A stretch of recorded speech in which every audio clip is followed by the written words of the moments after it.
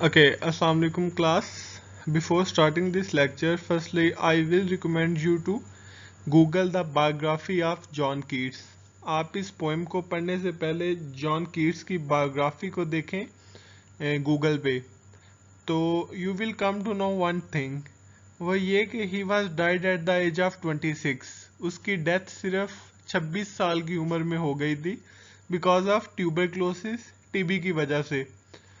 तो it is usually said that कि if he were alive for the age of 40 और 50, अगर वो 40 या 50 साल तक जॉन कीट्स जिंदा रहते तो he will surely have a greater name as compare to Shakespeare. तो उसका शेक्सपियर से भी बड़ा नाम होता। खैर, एनी हाउ, ये उसकी पोएम है ode on a Grecian earn. It is one of the most important poem of John Keats, और इसमें से आपको पीपीएससी में अगर आप अपीयर होते हैं तो you will surely face the questions regarding this poem. For example, इसकी एक लाइन है, heard melodies are sweet but those unheard are sweeter. ये हर पीपीएससी में एक क्वेश्चन जरूर आता है कि from where these lines have been taken, कहाँ से ये लाइन्स ली गई हैं। तो उसका आंसर है ode on a Grecian urn. Anyhow, let's come back to the poem. तो इसका नाम है ओड। ओड का मैंने आपको पहले ही बताया था कि ओड क्या होता है। Ode is a kind of song which tells about the passions and emotions of any person. Ode किसी गाने को कह सकते हैं, किसी पोएम को कह सकते हैं जो किसी ह्यूमन बीइंग के पैशंस और इमोशंस को बताता हो। ग्रेशियन क्या होता है? ग्रेशियन ग्रीक से बना है, ग्रीस से। तो इसमें क्या है, ग्रेशियन होता है यूनानी। अर्न पॉट को कहते हैं, आप तस्वीर में देख सकते हैं जो ये पॉट है, it's a kind of Grecian earn. ये एक यूनानी बर्तन है, एक पॉट है। इस पे आप देख रहे हैं there are number of pictures painted on this pot. इस पॉट पे बहुत सी पिक्चर्स पेंटेड हैं, और इन पिक्चर्स के ऊपर, इन पिक्चर्स को वो John Keats basically visited to a museum. वो एक म्यूजियम में जाता है and he saw a pot in the museum. वो म्यूजियम में पॉट देखता है। उस पॉट को देखते हुए, उस अर्न को देखते हुए वो क्या करता है, उसके ऊपर जो पिक्चर्स होती हैं उनके मीनिंग को गैस करने की कोशिश करता है। वो कहता है कि इस लड़के और लड़की की पिक है, ग्रुप ऑफ बॉयज हैं, ये क्या कर रहे हैं। हो सकता है कि ये किसी लड़की के पीछे जा रहे हूँ। फिर वो दूसरा गैस ये करता है कि ये लड़का दरख्त के नीचे बैठा है, म्यूजिक सुन रहा है। वो इनके अंदर, इनको देखता देखता देखता वो इमेजिनेशन के अंदर चला जाता है, और इमेजिनेशन में ये गैस करने की कोशिश करता है कि what these people are doing here. ये लोग यहाँ पे क्या कर रहे हैं, क्या कब ये पिक्चर बनी होगी, उस टाइम सिनेरियो क्या होगा। He tries to guess all these things in this urn. इस अर्न में वो ये सारी चीज़ों को गैस करने की कोशिश करता है। पोएम के बारे में आपको थोड़ा सा बता दूं, this poem was basically written in 1819 and it was published in 1820। 1819 को ये लिखी गई थी और 1820 को ये पोएम पब्लिश हुई थी। Okay, what does Keats tell us in this poem? इस पोएम में कीट्स हमें क्या बताता है? As I told you earlier कि वो एक म्यूजियम में जाता है, वहां पे जाके वो एक अर्न, एक पॉट को देखता है, और वो बिल्कुल ऐसा होता है जैसा कि इस पिक्चर के अंदर बर्तन है। तो उसको देख के वो गेस करता है कि firstly he admires the beauty of that earn. वो इस जो अर्न है, ये पॉट है, उसकी ब्यूटी को वो एडमायर करता है। At the same time he tries to guess whatever is the meaning of those pictures that are painted in this pot. वो कहता है, गेस करने की कोशिश करता है कि इन जो पेंटिंग्स हैं जो इस पॉट के अंदर हैं उनका मतलब क्या हो सकता है, वो कब ली गई होंगी। वो डिफरेंट गैसेस करता है। कभी कहता है कि लड़के हैं, these are the pictures of some boys who are following girls, कि ये लड़के लड़कियों का पीछा कर रहे हैं। एक जगह पे कहता है कि these might be the picture of some deity, ये हो सकता है किसी डाइटी, किसी देवी की पिक्चर हो। किसी जगह पे कुछ गेस करता है। तो ये सारी गैसेस कहाँ पे करता है, वो इस पोएम में करता है। आगे इसके थीम्स देखते हैं। थीम्स क्या है? ह्यूमन लाइफ की डिपिक्शन कर रहा है, एजिंग, उम्र के ढलने की, वक्त के गुजरने की, चेंजेस, हालात के तब्दील होने की, फिनेट लव, ऐसा मोहब्बत की लाजवाल दास्तान जो हमेशा के लिए कायम रहे, डेथ, यहाँ पे डिपिक्शन ऑफ डेथ है, डिके है, डेस्परेशन है, मायूसी, परेशानी, हर चीज को यहाँ पे वो डिपिक्ट कर रहा है। Okay, a work of art is an expression of beauty. एक वर्क ऑफ आर्ट जो है, as you can see the art work of art in this urn, तो ये क्या है? It is basically the expression of beauty. This is the theme, beauty is truth and truth beauty. खूबसूरती हकीकत है और हकीकत खूबसूरती है। Art has an aesthetic function, art का एक एस्थेटिक फंक्शन है वो, it basically appeal your soul, ये आपकी रूह को अपील करता है। Art has a moral function, ये आपकी मोरल वैल्यूज को ठीक करने के लिए हेल्पफुल हो सकता है। Art provides comfort and solace to many generations, ये बहुत सी नस्लों को आराम और सुकून पहुंचा सकता है। These are the benefits of art, ये आर्ट के बेनिफिट्स हैं। ओके, पोइम को स्टार्ट करते हैं। कीट्स म्यूजियम में गया है, म्यूजियम में जाकर उसने क्या किया है? He has seen a Grecian earn, उसने एक अर्न को देखा है, and he has started writing poetry on it, उसने उसके ऊपर शायरी या पोइट्री को लिखना स्टार्ट कर दिया है। क्या कहता है? दो स्टिल अनरेविश्ड ब्राइट ऑफ काइटनेस, दो तुम स्टिल अभी भी अनरेविश्ड, अनरेविश्ड उस दुल्हन को कहते हैं जो कि शादी के बाद भी विर्जन हो, who is not being touched by her husband even after her marriage. Though still unravished bride of quietness, कहता है तुमने, मतलब वो ये कहना चाह रहा है कि क्या तुमने खामोशी से शादी की है? क्या तुम खामोशी की दुल्हन हो? ब्राइड ऑफ क्वाइटनेस, खामोशी की दुल्हन। अनरेविश्ड, जिसको अभी तक उसके हस्बैंड ने ना छुआ हो, टच ना किया हो, इवन आफ्टर हर मैरिज, उसकी शादी के बाद भी। कहते क्या तुमने खामोशी से शादी की है, जो तुम अभी भी इतनी पाकीज़ा हो, अभी भी इतनी विर्जन हो, अभी भी तुम इतनी पाक दामन हो, क्या तुमने खामोशी से शादी की है? दो फास्टर चाइल्ड ऑफ साइलेंस, क्या तुम फॉस्टर चाइल्ड होता है गोद लिया हुआ बच्चा। कहते दो फॉस्टर चाइल्ड ऑफ साइलेंस, क्या तुम खामोशी के एंड स्लो टाइम और सुस्त वक़्त के गुजरे हुए बच्चे हो, उसके गोद लिए हुए बच्चे हो।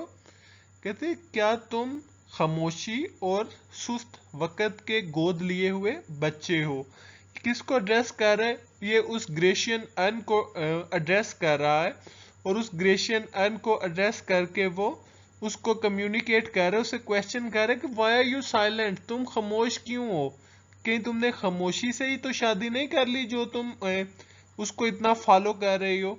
उसके बाद कहते हैं कि क्या तुम क्या हो, क्या तुम खामोशी और सुस्त वक़्त ने तुम्हें गोद तो नहीं लिया हुआ जो तुम खामोश हो।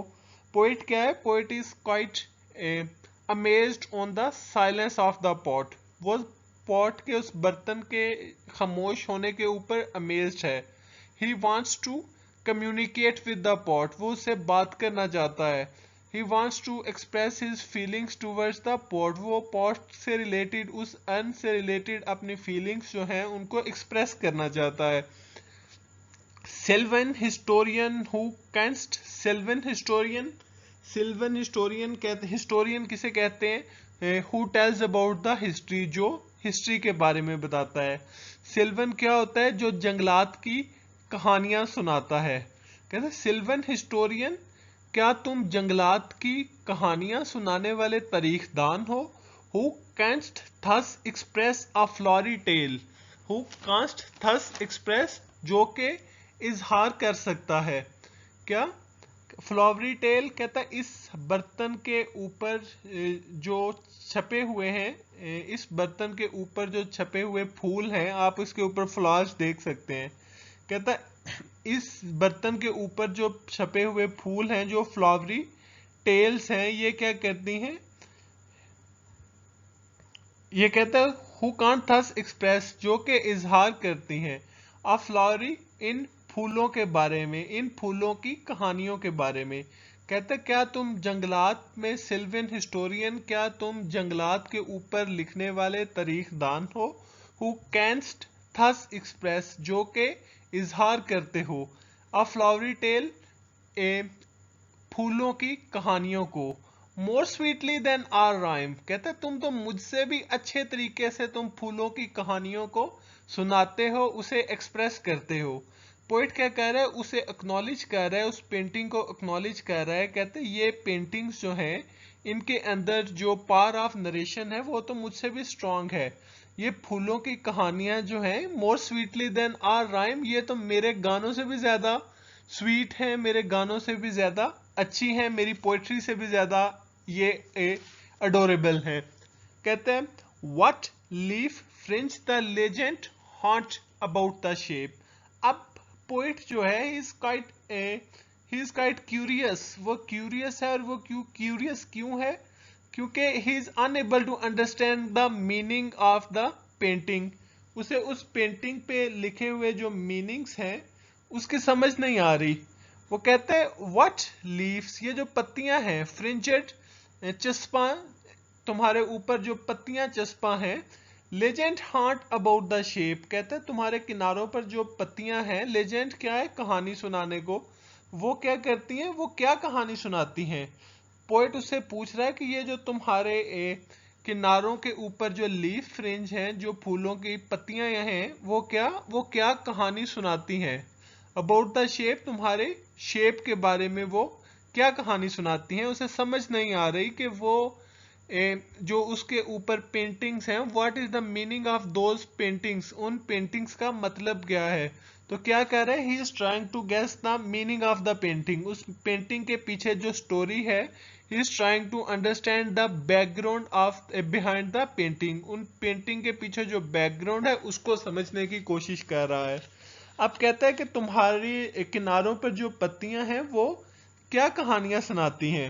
Of deities or mortals, deities कहते हैं देवियों को। ऑफ डाइटिस, क्या वो देवताओं के बारे में बताती हैं? और मॉर्टल्स या जिंदा इंसानों के बारे में। मॉर्टल होता है फानी, जिनको डेथ हो, मौत का थीम है यहाँ पे। कहता है क्या वो देवताओं के बारे में बता रहे हैं या इंसानों के बारे में, और ऑफ बोथ, या इन दोनों के बारे में बता रही है। अब क्या है, पोएट इज क्यूरियस, पोएट परेशान है, समझने की कोशिश कर रहा है। उससे पूछता है कि इन जो नक्शे हैं, इसके ऊपर जो पेंटिंग्स हैं, ये कौन सी कहानी सुना रही हैं? ये देवताओं के बारे में बता रही हैं, मॉर्टल होता है इंसान, इंसानों के बारे में बता रही हैं, या दोनों के बारे में बता रही हैं?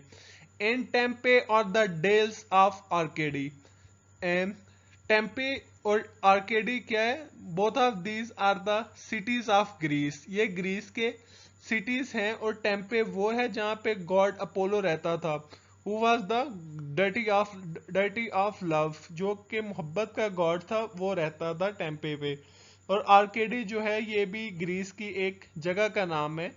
कहता है कि इन Tempe or the dales of आर्केडी, क्या ये आर्केडी के बारे में है या टेम्पे के बारे में है? इन दोनों शहरों के बारे में है कहानियां जो ऊपर लिखी हैं।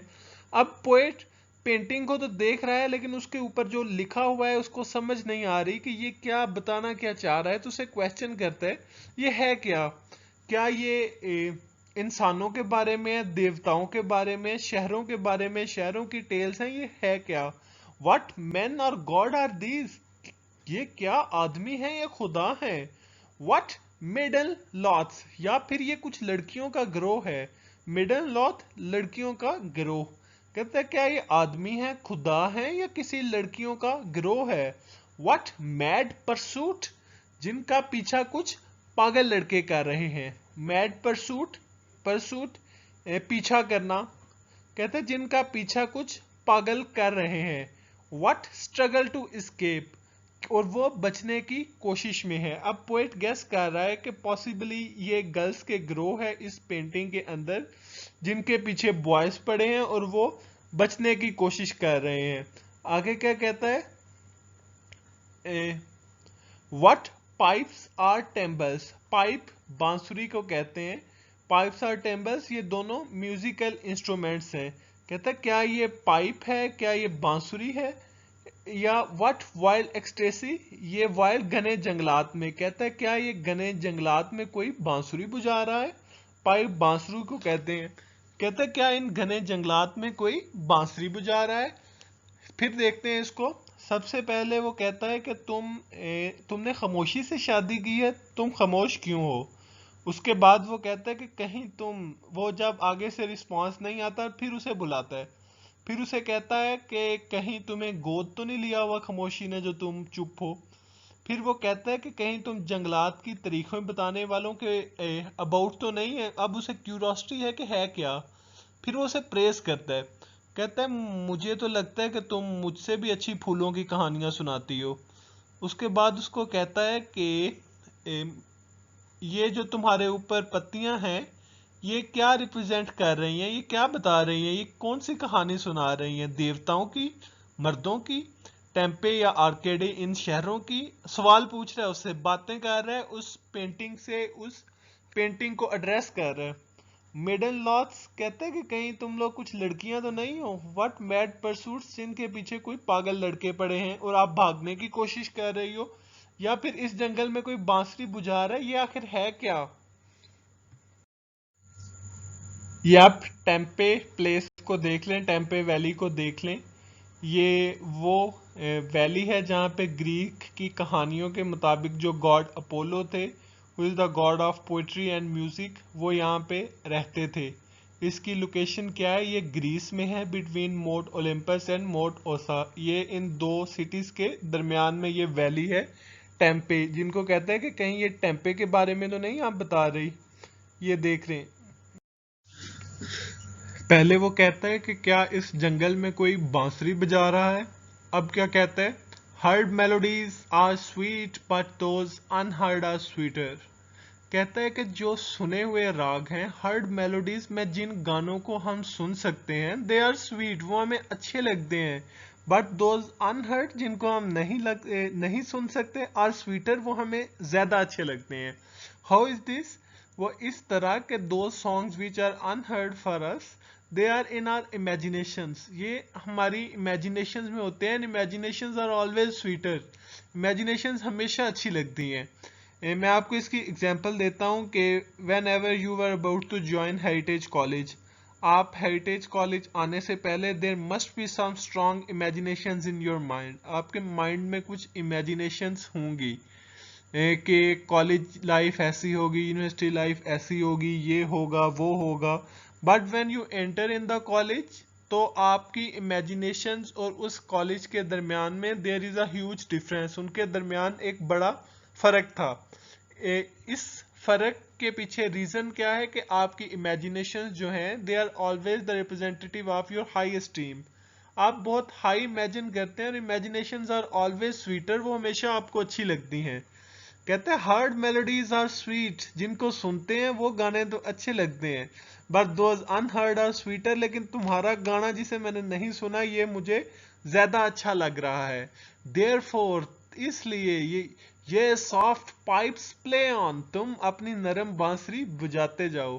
कहता है मैं तुम्हारे गाने सुन तो नहीं रहा, इसलिए इमेजिनेशन कर रहा हूँ मैं, इनको मुझे इमेजिन करके बड़ा अच्छा लग रहा है, इसलिए you keep on playing it, तुम इसे चलाते जाओ, इसे गाते जाओ। नॉट द सेंसुअल ईयर्स, मैं इसे अपने कानों से नहीं सुनूंगा। सेंसुअल ईयर्स, सेंसेस के साथ इसका ताल्लुक है, आपके कानों का, हेयर सुनने का ताल्लुक आपकी सेंसेस के साथ है। कहते हैं not to the sensual ears, मेरे इन कानों के लिए नहीं, मैं इन्हें अपने कानों से नहीं सुनूंगा। But more endeared pipe to the spirit ditties of no tone. कहते हैं मैं इस बेराग गाने को, इस सॉन्ग ऑफ नो टोन को, इस बेराग गाने को जिसकी कोई आवाज नहीं, मैं इसको अपने कानों से नहीं बल्कि मैं इसे अपने स्पिरिट से सुनूंगा, इस रूह से सुनूंगा मैं इस बांसुरी को। फेयर यूथ, एक जवान लड़का, बीनीथ द ट्रीज, दरख्तों के नीचे, thou canst not leave the song, thou canst not leave the song, तुम गाना गाना बंद मत करना। कहता है तुम इस गाने को मत छोड़ना, तुम इस गाने को गाते रहो। अब उस लड़के को ड्रेस कर रहा है जो इस पेंटिंग के अंदर दरख्त के नीचे बैठा है, और कीट्स को लगता है वो गाना गा रहा है। कीट्स उसको कहता है कि तुमने गाना गाना बंद नहीं करना, तुम गाना गाते रहो। क्यों? Nor ever can these trees be bare. Bare होता है नंगे होना। कहते हैं इन दरख्तों के पत्ते कभी नहीं जड़ेंगे। Not ever can those trees, ये दरख्त कभी नंगे नहीं होंगे, मतलब इनके पत्ते कभी नहीं झड़ेंगे। क्यों? क्योंकि ये तुम्हारे मधुर और तुम्हारे सुरीले गीत सुन रहे हैं। पोइट कहता है कि your voice is too much fascinating, so I am requesting you that please don't stop singing a song, because if you stop it these trees will be Baird, ये नंगे हो जाएंगे। And these trees will not be Baird until you keep on singing, और ये तब तक इन पत्तों को, इन दरख्तों के पत्तों को कुछ नहीं होगा जब तक तुम गाते रहोगे। अब उस पे एक लड़का और लड़की बनी है उस पेंटिंग के ऊपर, उस ग्रेशियन अर्न के ऊपर, यूनानी बर्तन के ऊपर। अब ये उनको मुखातिब करता है, कहता है बोल्ड लवर्स, तुम बहादुर मोहब्बत करने वाले, नेवर नेवर कांट दो किस, तुम कभी एक दूसरे को किस नहीं कर सकोगे। और तुम किस क्यों नहीं कर सकोगे? Because you are just a painting, तुम एक पेंटिंग, और पेंटिंग से निकल के किस करना it is not possible for you, ये तुम्हारे लिए मुमकिन नहीं है, इसलिए तुम कभी एक दूसरे को किस नहीं कर सकोगे। दो विनिंग नियर द गोल, तुम इस मकसद में कभी नहीं जीत सकोगे। दो विनिंग नियर द गोल, तुम इस मकसद में कामयाब नहीं हो सकोगे। येट डोंट ग्रीव, लेकिन तुम परेशान ना हो, दुखी ना हो। पोइट उनको एडवाइस कर रहा है कि you don't need to be desperate, आपको परेशान होने की जरूरत नहीं है। क्यों परेशान होने की जरूरत नहीं है? Because you are unable to kiss each other, आप एक दूसरे को किस नहीं कर सकते। अब उनको कहता है शी कैन नॉट फेड, ये लड़की जो पेंटिंग में है ये कभी बूढ़ी नहीं होगी। इंसान तो फेड हो जाता है, इंसान का कलर फेड हो जाता है, बूढ़ा हो जाता है, कहता है लेकिन जो पेंटिंग में है ये एवर लास्टिंग है, इसे कभी कुछ नहीं होगा। Thou hast not only the bliss, कहते हैं thou hast not only the bliss. आगे के forever wilt thou love she be fair, क्या कह रहे? कहते हैं कि तुम क्या हो? You are merely a picture, तुम सिर्फ एक तस्वीर हो। आगे क्या कहता है? फॉर एवर दो लव, अगर चाह के तुम मोहब्बत करोगे। कहते शी कैन नॉट फेड, वो उसका रंग फीका उड़ नहीं सकता, क्योंकि दो हास्ट नॉट द ब्लेस, क्योंकि वो हकीकत नहीं, वो एक तस्वीर है। For ever wilt thou love, कहता है तुम ऐसे ही एक दूसरे को मोहब्बत करते रहो। विल्ट दो लव, तुम यूं ही एक दूसरे को हमेशा मोहब्बत करते रहो। एंड शी बी फेयर, और वो भी हमेशा जवान रहेगी। अब पोइट यहाँ पे थीम ऑफ लव आ गया है। पोइट उनको कहता है कि आपने परेशान नहीं होना कि you are unable to touch each other, you are unable to kiss each other, rather you people need to feel happy, आपको खुश होना चाहिए। Because the beauty of girl will never be fade, इसकी खूबसूरती कभी फेड नहीं होगी। क्यों? क्योंकि आप एक तस्वीर हो, इसलिए तुम ऐसे ही एक दूसरे से मोहब्बत करते रहो।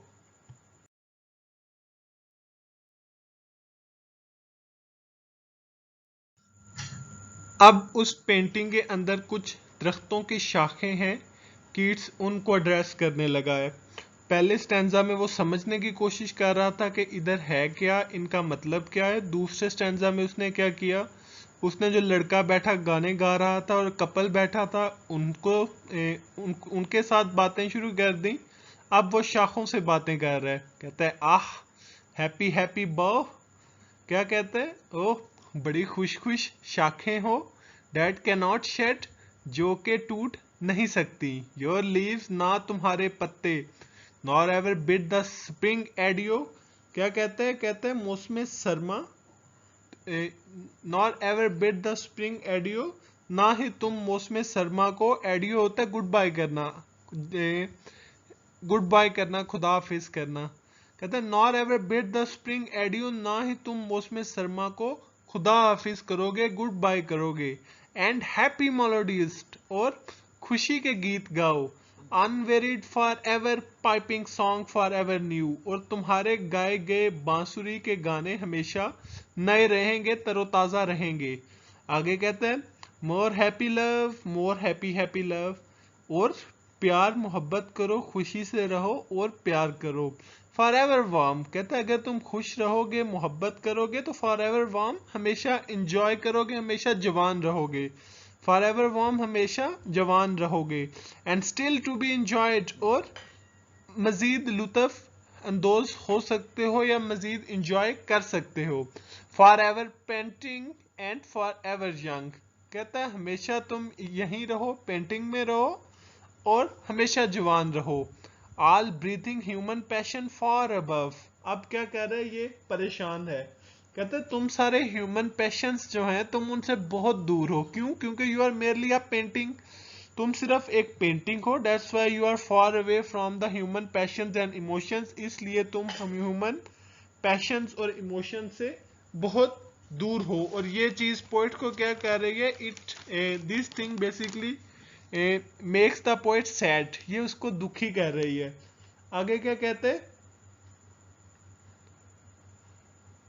Date that leaves a heart high sorrowful कहता है ये पत्ते बड़े गमगीन हैं। And cloyed a burning forehead and a parching tongue कह जैसे वो किसी रेगिस्तान में पहुंच चुका हो और उसका माथा जल रहा हो। क्या कहते हैं, dead leaves a heart high sorrowful, ये पोएट को गमगीन कर रहा है, उसको दुखी कर रहा है।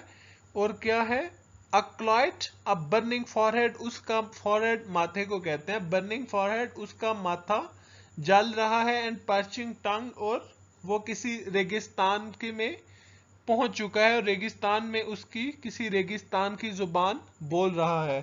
Cloyed may come under the category of a desert.